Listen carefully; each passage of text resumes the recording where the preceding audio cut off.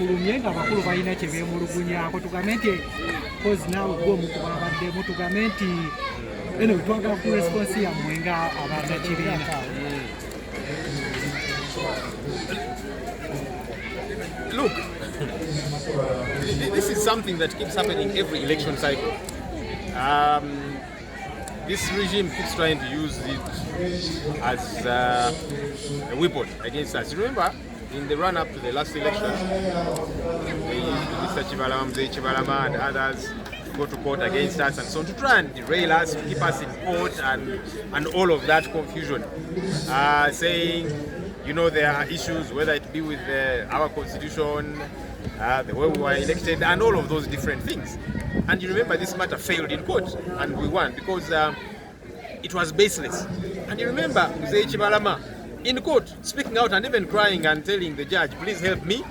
I was abducted by government people and they are forcing me to tell lies against Honorable Chagulanyi and all the other leaders. Everybody saw that. Now they are trying to get back to that same cycle, take us to court, you know, over many different things and so on, which are totally baseless.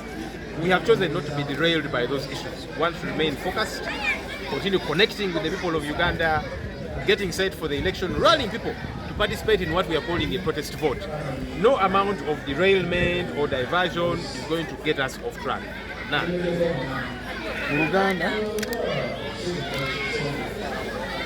bwe tugenda mu kalulu gavumenti eno tegezaako okozesanga ekyokulwanyisa kubanga eraba nti abantu bo baagala nkyukakyuka nga tugenda mu kalulu akawedde bakozesa bwagabi Mzee Chibalama n'abalala ne batwala mu kooti nti semateeka yaffe simanya nkyamu simanya twalondebwa mu bukyamu n'ebirala byonna era mwalaba baami ne Mzee Chibalama ng'akaaba mu kooti n'asaba omulamuzi bannaye ntaasa abantu abo bampambye era ne bantulugunya ne baŋŋamba nti mpayirize Honorable Kyagulanyi n'abakulembeze aba NUP abaliwo kaakano buli omu yabiraba era n'omusango gwagobebwa kubanga byali bijweteke kati kye bagezaako okukola kye kimu okutusala sipiidi attention yonna amaanyi gaffe gonna tugateeke ku ebyo mu kifo kyo kunoonya bannayuganda waba bali connectinga nabo kunoonya akalulu kano akalulu ke tugenzemu ke tuyita protest vote akalulu ak'okwekalakaasa mu kifo ky'okubunyisa ensonga eyo baagala tutte ku bino nedda tetugenda kuddisibwa tetugenda